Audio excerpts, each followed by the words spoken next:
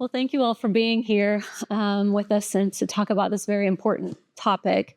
We're going to get into some of your political cartoons, Adam and Rob, in just a moment. But Bill, I wanted to start by just asking you about, you mentioned your friends with Oliphant, but the timing of this and the importance you felt in telling his story today. We just saw this montage of the attacks on the media that we've seen, and your thoughts on the importance of the timing of this. Well, I never imagined when we started making this film more than 6 years ago how relevant it would be today. I never knew it would take 6 years to make. It just, these things take time. We were making progress. We started in 2019. Pat Oliphant opened his archives at the University of Virginia in the fall of 2019. At that event, we actually showed a work in progress screening. We were kind of barreling down. I think, Rob, there was going to be a convention in Charlottesville in the spring of 2020. I think you and I were planning to. I was going to interview you at that event, and then the world changed in March of 2020, and this project, derailed and became less urgent. And I think time nurtured it. It just became clear when you look back at Pat's work over the 5 decades and the issues that he was drawing about and commenting about many years ago are issues that are still relevant today. Yeah, so I think the timing, it feels like it's become an evergreen type film project. It will always be relevant, I think. I hope. Adam, there was mention of people taking ideas from Oliphant and perhaps even stealing. But I'm curious as to what kind of influence Oliphant's had on your work. Well, I was first introduced to Pat Oliphant's work. I wrote my honors thesis on editorial cartooning and got to interview 5 cartoonists that I met at the Lexington convention. And Steve Sack was one of the cartoonists I interviewed. And I was in college drawing cartoons and thinking maybe this is something that I'd love to do. Steve was one of my cartooning heroes, and I would consume the cartoons in the Buffalo News. So I interviewed some of the cartoons I've been seeing and some of the artists I met. I've seen some of Pat's work and I thought it was magical, but I didn't know a lot about it. Steve, I remember him saying, Pat is the gold standard. Like, that's what he would always say. And he's like, you need to go and find books, like study Pat's work. And during my honors thesis, I got from my honors advisor, I got a few different Oliphant books, and it was the 3-dimensionality, like, of his lines. You could almost see sculptures in his artwork. And the Ed Sorel's comment, it's art. You can just tell there was this fine art quality almost to it. And that hooked me in. But what really knocked me over was just how vicious some of them were. He wouldn't pull a punch, and his ink was just acidic. So to me, it was,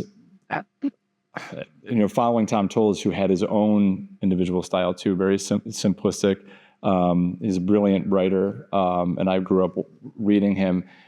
I had to, just chart my own path. So, opposite of what some of those other cartoonists did, I couldn't do what Pat Oliphant could do. So I tried to draw my own ways, But what I took from him was, don't pull any punches, and you have to be brave. And it's something that you kind of strive for. The one thing I always want to really do, which I haven't achieved, is how loose and, you can speak to that. Just, he's got such a movement to his lines and how loose it was. Interesting. Yeah, I thought you would say the art and the sculpting, because he did do a lot of sculpting. He did, and I know there was a slideshow that was going on. I hope and think that the Angelina Eberly statue on Congress Avenue was in the show. I think it was. It's in the film. It's not in this excerpt we just saw, but that is this statue that Pat did several years ago that's on Congress Avenue of Angelina Eberly and the cannon and defending the state records from being taken out to a different city, I think is what it was going on there. And that was the same group that commissioned the Willie Nelson statue on 2nd Street. Larry Wright and Marcia Ball and Steve Harrigan and Elizabeth Avion, this Austin, artist cabal, brought that sculpture to life, and that's in the film. Rob, talk about Pat's influence on you. Well, so you mentioned in the film, Bill, about how Pat was influenced, or somebody in the film said it, that Jeff McNelly was influenced by Oliphant. And I discovered McNelly's work first. I became enthralled with it in college, and I checked out the book that he had a book published when he won the Pulitzer. And I was talking to another cartoonist who said, well, that early work of McNelly's is definitely related to Oliphant. Check out Oliphant. So then I found Oliphant, and so then I had these two great cartoonists. One was sort of more of a conservative, McNelly, and of course Oliphant was a liberal. So we had two newspapers, and one would run Oliphant, and the other one ran McNelly. So I would get both papers and look at what they were doing every day. But yes, the thing that struck me about his work was the humor, where a lot of the political cartoons that I was seeing were sort of very heavy and symbolic, and used a lot of symbols. And some of them looked a little old-fashioned, and his stuff was not only vicious, but it was very, very funny. And that's the thing that I came away with was, hey, you can do this and it can be funny. And, you don't have to just be, very earnest. We should be. Have fun with it. Well, as you are all aware, there's a lot of criticism that comes with political cartooning. We saw that in the film, but it is editorial. There's opinion to it. It's satire. I want to pull up some of Oliphant's cartoons, and Bill, have you walk us through it. I mean, as you depicted so well in the film, and he's no stranger to that. But want to pull up one first where he was attacked as anti-Semitic, and walk us through what happened. This was the cartoon that was in the last bit of our preview edit here. And this was in 2009, and it's coming on the heels of Ann Tilness, this wonderful cartoonist who made news all across the world recently when she quit the Washington Post because her publisher refused to publish a cartoon she had drawn about Bezos and Zuckerberg and another billionaire with bags of money coming and bowing to Trump, and they wouldn't run it. So she quit. And as a result, that particular cartoon went viral, and more people for sure saw it as a result of her quitting. She also, it was the one in the film that basically said, well, the rules of the game now are you can't show the Star of David. That's considered anti-Semitic. Well, I don't know. And Pat Oliphant never followed the rules. I mean, whoever made the rules wasn't really checking in with him. And that's one of the reasons I think that he really only could have thrived in a syndicated world where he had no publisher looking over his shoulders, as we talk about. So this drew a lot of negative feedback. Another one that was one of the most famous cartoons. Unfortunately, it's in the film that we talk about this cartoon.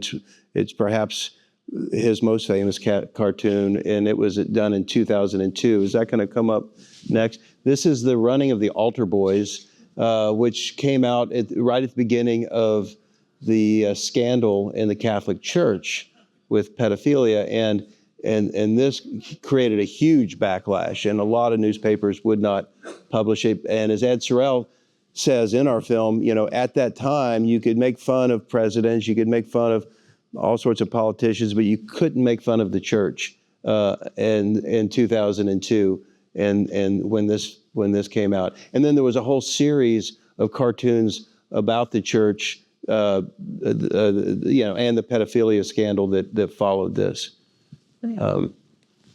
Yeah, and Adam, I know you have faced some similar situations as at least the first one that we saw of Oliphant's, and we can walk through some of those and the criticism that you received, but also just kind of the censoring. Yeah, and there's a common thread. I mean, even with the last two of Oliphant's cartoons, it's, when you're drawing about religion, there are sensitivities.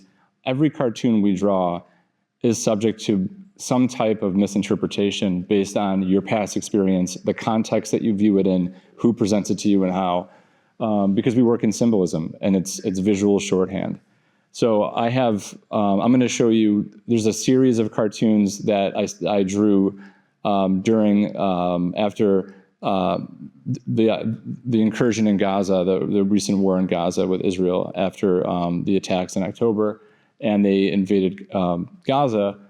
I noticed a lot of cartoonists around the country were not drawing about this topic, for one, and somebody, for me, comfort the afflicted and afflict the comfortable. That quote is sort of one of the mantras to guide, what I do with my work and what I focus on. So I thought, this is one of the biggest atrocities in the world. How can we not be focusing on this? And for me, with my past experience on drawing, by the Catholic Church and with Israel, I've realized that maybe focusing on the victims could be a way to go forward. Another way to rephrase that quote is, you could focus on abuse of power or the victims of abuse of power. And so I did a series of cartoons really on the victims of Gaza, and each time I was accused of being anti-Semitic, and it was kind of building up, but in general, it didn't really turn into an issue until it kind of exploded in December. But here, I just wanted to really kind of point out, I don't even have the Star of David in this, so that's not even in there. And I didn't even say Israel. I have like a proxy war with Iran and the United States, because I also want to give it the context of the U.S. But just pointing out the massive loss of life was controversial. And I could tell this line of cartooning was touching a nerve. So if you go to the next one, this was a similar one I drew around the same time, and it has, the smoke says, you don't have the right to exist, and yes, we do on the other side. And in some ways, this is giving, I thought I was safe here from any kind of controversy, because this was giving that argument that, they're just going after a group that wants them to not exist. But again, I'm going back to the victims, which are the innocent civilians caught in the middle. But I have a Star of David on the missile, which is not the flag of Israel, even though, like Pat Oliphant's cartoon, you see and of the dog, peeing on Uncle Sam, you see the context of the cartoon. It's, geopolitical or socio-political, global politics. We know what the comment is saying, what the point of it is. So, to me, there are rules, but it's all individual. And so I was getting more and more heat, so you can go on to the next one. So each cartoon I did, I noticed a lot of cartoonists around the country were avoiding it for the most part. This one, I think, set off maybe the most before the actual, and this was, I got the flag in because I was criticized for not having the flag, and specifically Netanyahu himself. But this is sort of, just making a very specific point, and again, bringing it back to the context of the United States, that using a terror attack to justify inhumane treatment. And so it's going back to this inhumane treatment of people. But each time I would do this, I would have lots of support from especially younger Jewish followers who were very much against the war. But I was starting to see this like simmering pushback and more and more accusations that I was anti-Semitic because I was continuously critical of this war. So I think there's one more on this series that you can go to. So again, I wanted to frame it back into the United States, because we, as for the Buffalo News readers, we care about our country in terms of our policy first, and we are supporting this. And so President Biden I thought needed to be a character in this story for my cartoons. And to try to condense things to simple imagery and symbolism, I avoided the Star of David, but I tried the map of Gaza. So the map of, the blade is the map of Gaza there. But I was accused of citing blood libel in this. So I started to sense that there were some things that I was triggering in some of these cartoons that was unintentional. That I also, the vast majority of my readers were not seeing any of this.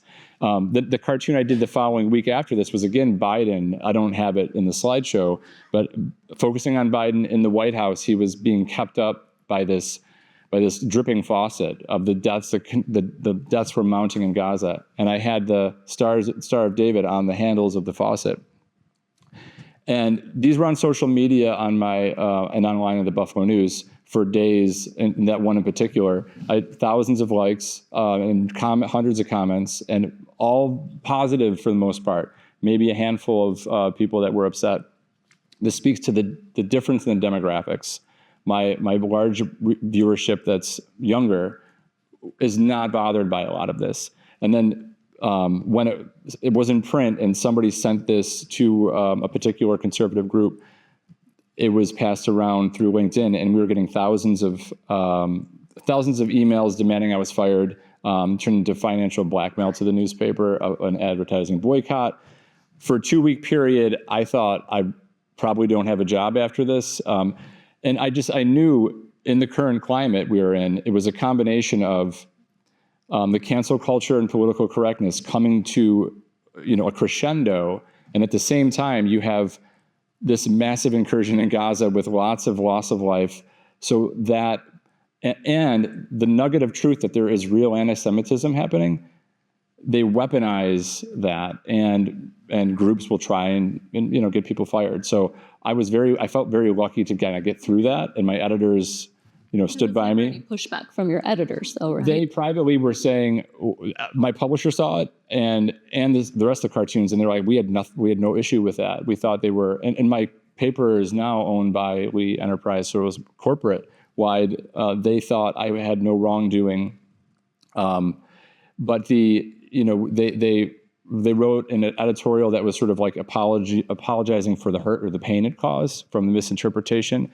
And what was interesting, that cartoon that really set everything off, it was really a campaign from people outside of our readership.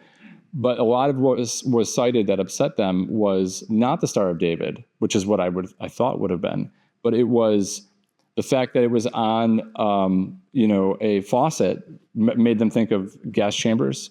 And then the Uncle Sam pajamas that were on Biden in the White House, they thought was a reference to Holocaust pajamas, and there was blood libel. So there are a lot of these things that, for certain demographics, will have trigger points, and you can't predict what will happen. And so as cartoonists, our job is to just, make the best visual we can to make a strong statement and speak out for what we think is true, and just kind of hold on to that.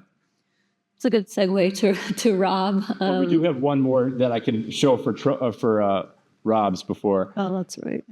The one point I wanted to make is, so I also got in trouble for Trump cartoons, not just Gaza cartoons.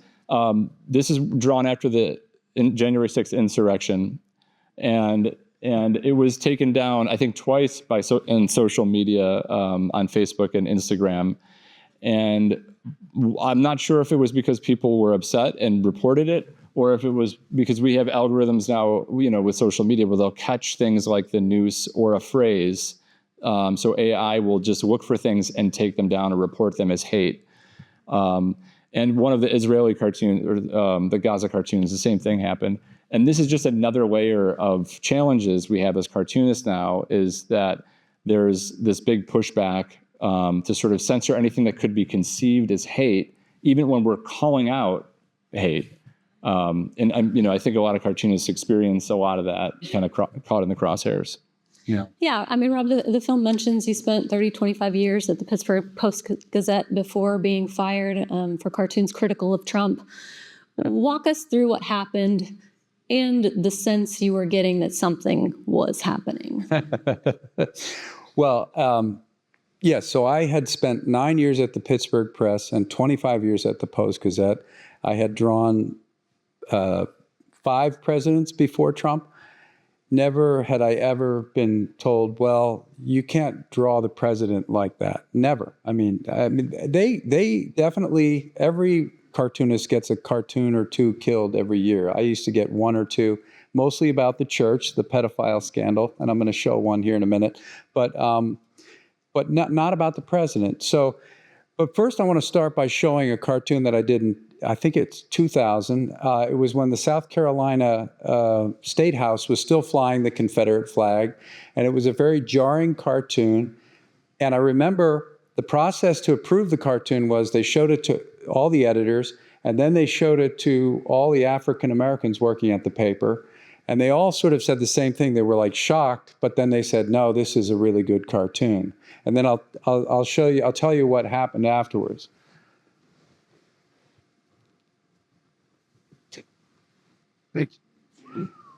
Yeah. Thank you. So this ran in our paper in Pittsburgh. It got a few letters, a couple of people that thought it was a little too stark, but mostly positive response, mostly positive feedback. But it ran in a small college paper in Oklahoma City, and the poor student editor got fired. And they had a rally that's saying that that the campus was was racist, and this was a part of that. So but this is just to show you the kind of cartoons that were being produced and that my publisher was okay with. All right, now show the next one. Okay, this was 2005, the 60th anniversary of Hiroshima, but I was drawing this in a post 9/11 world. So you figure, when they were talking about, this anniversary, everybody was saying, well, would we do that again today? I don't know. It seems like we probably wouldn't. And especially, in a 9/11 world. So I said, this kid, all he knows is what happened on 9/11 because he's too young. But we got hundreds and hundreds of letters and phone calls from families of veterans saying, my father was in World War II, he wasn't a terrorist, or even my father flew planes, bombers, and he wasn't a terrorist, or my grandfather or my uncle. And so, but my publishers were great. They were like, yeah, we stand behind the cartoon. Now, show the next one here. Okay. Yeah, that's talk words. And this one ran. So this one actually was killed, but it was actually on the page when I left the office that day, and then when I woke up the next morning, it wasn't in the paper. So the publisher had second thoughts later that night. But what happens is my cartoons go out for syndication, and so a week later, it was the top cartoon in USA Today in their collection. So it ended up getting printed anyway, But one of the reasons that probably it didn't get printed in my paper was because it was supposed to run on Good Friday. But these are the kind of cartoons that I would normally get killed. Okay, then fast forward to 2015, Trump comes down the escalator, announces he's going to run, says a lot of ugly things about immigrants, and my publisher, something clicked, and he decided he liked Trump. So he started a campaign trying to talk to me about doing nicer cartoons about Trump. And I said, I can't do nicer cartoons. You tell him to be nicer, tell Trump to be nicer. So anyway, 2 years go by. My editor quits because my editorial page editor quits because he doesn't want to endorse Trump. And then they hire a new editor who ends up killing 18 cartoons in 3 months. And I usually have one a year killed, and it's usually one like this. So that gives you a sense. Let's show the first one. I just included 3 here. This was supposed to run on Memorial Day, and of course, there's always the tradition of the president putting the wreath on the tomb of the unknown. And in this case, he's laying to rest truth, honor, and rule of law. I kind of thought that they might not run this one just because it was going to run on Memorial Day, and I was making a very strong statement about Trump. But this was a week when, as Ann Telna said, 6 in a couple of weeks, but what she missed was it was 6 in a row, and this was the final week that I was there. So this was like the second cartoon in that. So show the next one, please. This was a cartoon that you wouldn't think would be about Trump, but it was when Roseanne Barr started texting racist comments, and then she blamed it on Ambien. So I drew this cartoon thinking, oh, okay, I'll skip Trump today and I'll draw this. And this also got killed. And I think the reason is because Trump, Trump has said many racist things. And in fact, my publisher wrote an editorial defending Trump's shithole countries comment. And we got a lot of problems for that. So this was, I think they just saw this as too sensitive. And then finally, this next cartoon, this one was drawn on, this was one of the last ones I did. And this was a cartoon about Trump separating children at the border. And this was based on a California road sign that warned you at the border of immigrants crossing. And so I just adapted it and added Trump taking the child. And the crazy thing about it is they killed this cartoon, but it became, just like Ann's cartoon, this cartoon became the most popular cartoon I ever drew. It went viral, everybody picked it up. So I guess sometimes when you try to kill something and keep it down, it just keeps coming back. So that's the story there. It was sort of, oh, thank you. I will say this was in 2018, and my publisher, unlike Bezos, didn't feel pressured to kill my cartoons or to pay fealty to Trump. I think he just liked him, and so he was an early publisher in this game. And now it seems like everybody's doing it, but he was one of the first. Bill, I know that it mentions in the film about Oliphant not being happy with what won him the Pulitzer. But do you think he ever had a sense of whether he regretted? And that question was asked to him too. But if there was ever a cartoon that he maybe thought went too far? Oh no, not too far. No question. He really was a maverick in the industry because he did not have a publisher who could squash his work. He sent out his work every day. If his syndicated papers ran it or not, that was their choice. But he got his work. And I don't think it's possible for Pat to feel like he didn't go far enough. He feels like it's not. He said, it's more like it's a cause to him. He says, someone who writes in newspapers can't look at a person and say you're an idiot, but he could with his pen. And that's what his cause was. His cause was to hold people to account who were who needed to be held to account. And I don't think he ever felt like he was unfair or went too far in doing that. And we're talking a lot about press freedoms in a time when they're under siege. I mean, what about political cartooning, the importance of political cartooning continuing to be a part of the Fourth Estate? This is a question for me? Yeah. I mean, cartoonists have long been held the line at free speech. I mean, in a lot of ways, I've heard the phrase that they're like the canary in the coal mine for democracy, because if cartoonists will start getting censored, then for speaking the truth or for criticizing a governor, a president, then what will happen when you make a Facebook post criticizing that person? We're the ones at the very tip of that spear. So in order to preserve free expression in its truest form, which is we were founded on these freedoms, it's vitally important to support cartoonists. To consume them, to read them, to support the papers or the forums or the platforms that support them. And And I think that's one way to sort of keep what freedom of expression and freedom of press we have.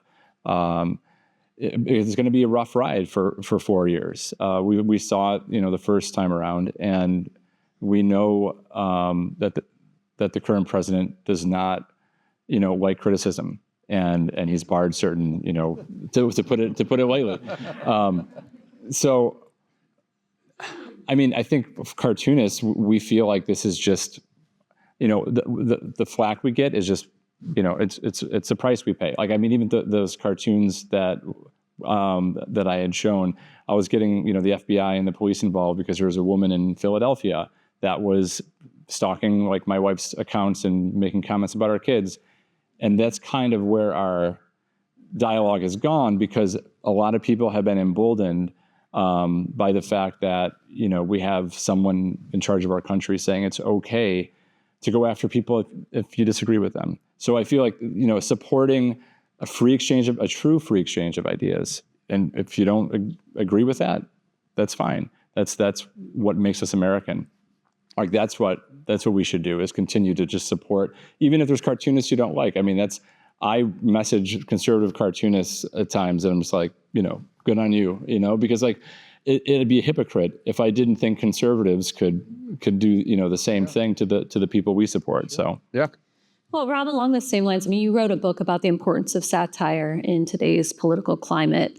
I mean, how do you think it survives given the partisan politics, given what we're seeing in today's environment? I think it survives because I think people need it for democracy. I mean, they need to be able to, it really is a foundation of our democracy. If you live in a country where satirizing the president is illegal or or you can be thrown in jail, you're no longer a democracy. And I think that's, so like the canary in the coal mine, we are sort of a barometer for that. But I also think I get letters and emails every day from people saying, you're the only thing keeping me sane during this presidency right now, and I think that's no small thing. We do take for granted, some of the freedoms we have had, and that's maybe one of the things we can learn from this period that we're in is not to take those for granted. In 1996, I went to visit Russia during their election, and I was honored to be able to visit a Russian cartoonist, Boris Efimov, I think is how you say his name. He was 90-something years old. He was almost blind, but we got to look at a big stack of his cartoons, and some of the older ones had red, markings on them. And he said, well, those are the notes from Stalin. And I said, what? And so, that's what living in a state where you aren't free to draw what you want is like. And I made the naive, I asked the naive question, oh, did you ever draw Stalin? And my fellow cartoonist who was the one who made that visit possible just turned to me and said, he's still alive. Of course he didn't, So, Yeah, I was going to add that back in 2016, when I was getting involved with the AAEC, the Association of American Editorial Cartoonists, that's because I totally agree with you that we kind of take these freedoms for granted, and we had for years. And that was my moment in 2016 when I was working with the Cartoonist Rights International a little bit. And so I started to learn about cartoonists overseas that were getting jailed or killed or threatened with violence. The Iranian, Atina Farghadani in Iran, I think that was in 2016. Musa Kart in Turkey with President Erdogan. He was thrown in jail for cartoons critical of him. And I think if you just pay attention globally, that has been happening. It's not new, but we're very America-centric.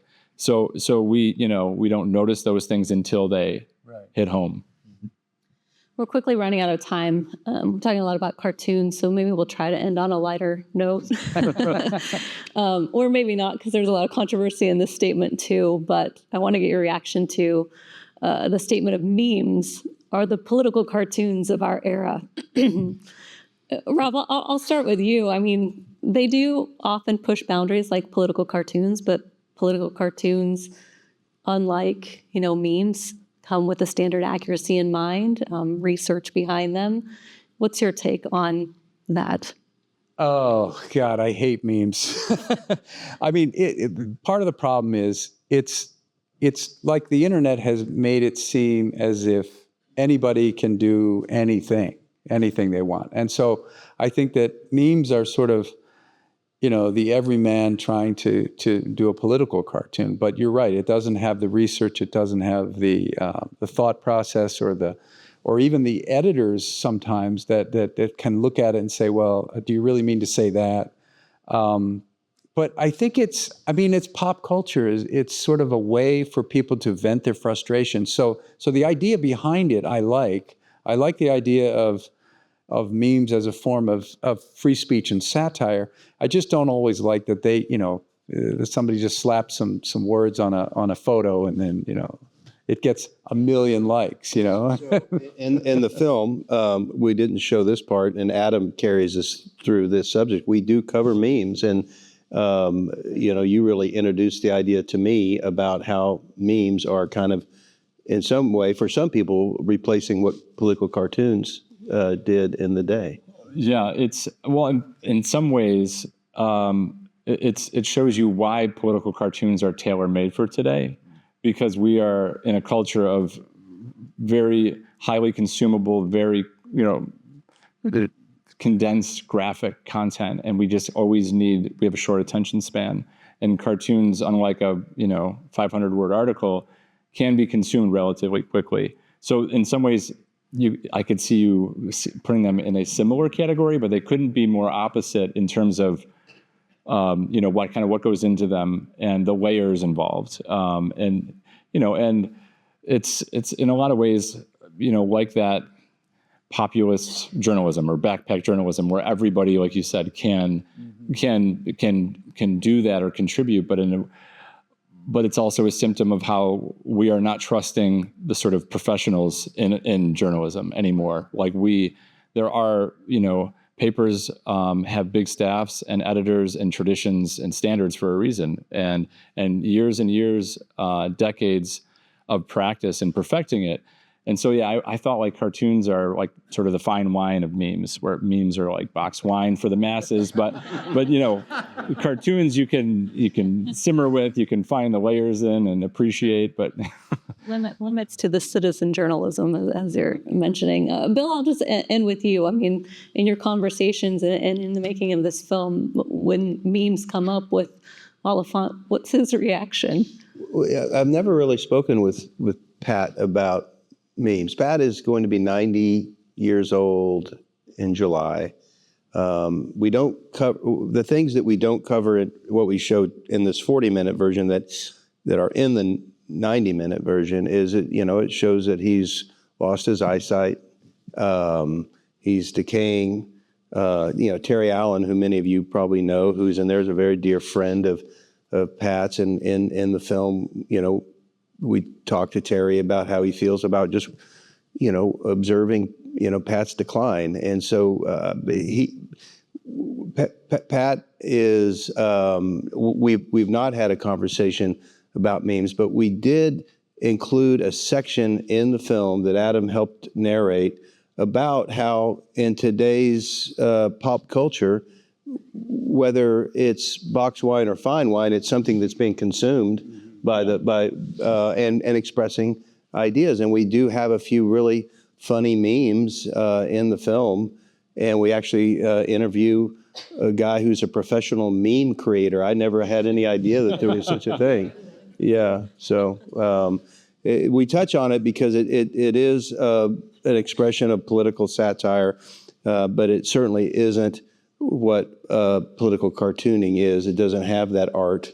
And it's a shame that, you see it, like we showed it when, the New York Times stopped editorial cartoon. They'd actually stopped it in the domestic paper years ago, but the international paper, they used that one cartoon as an excuse to stop it. And it's harder and harder and harder, as you guys know better than anyone, for political cartoon artists to have work, to be paid to do the work. And there's tons of young artists on Instagram and other places creating awesome political satire, but they don't have, the financial backing. They may have, the industry hasn't caught up to it, so hopefully at some point we won't lose that creative energy that we still do have of people creating great political satire. And a lot of it is they're not being compensated a lot for it. But it's still part of our fabric. The last thing with the meme thing, I feel like my love for the meme is when it's not political satire, when it's like capturing a moment of humanity and there's no authorship to it. There's something that's like where a cartoon is like, there's an author behind this. And I think that difference is distinct for me. Yes.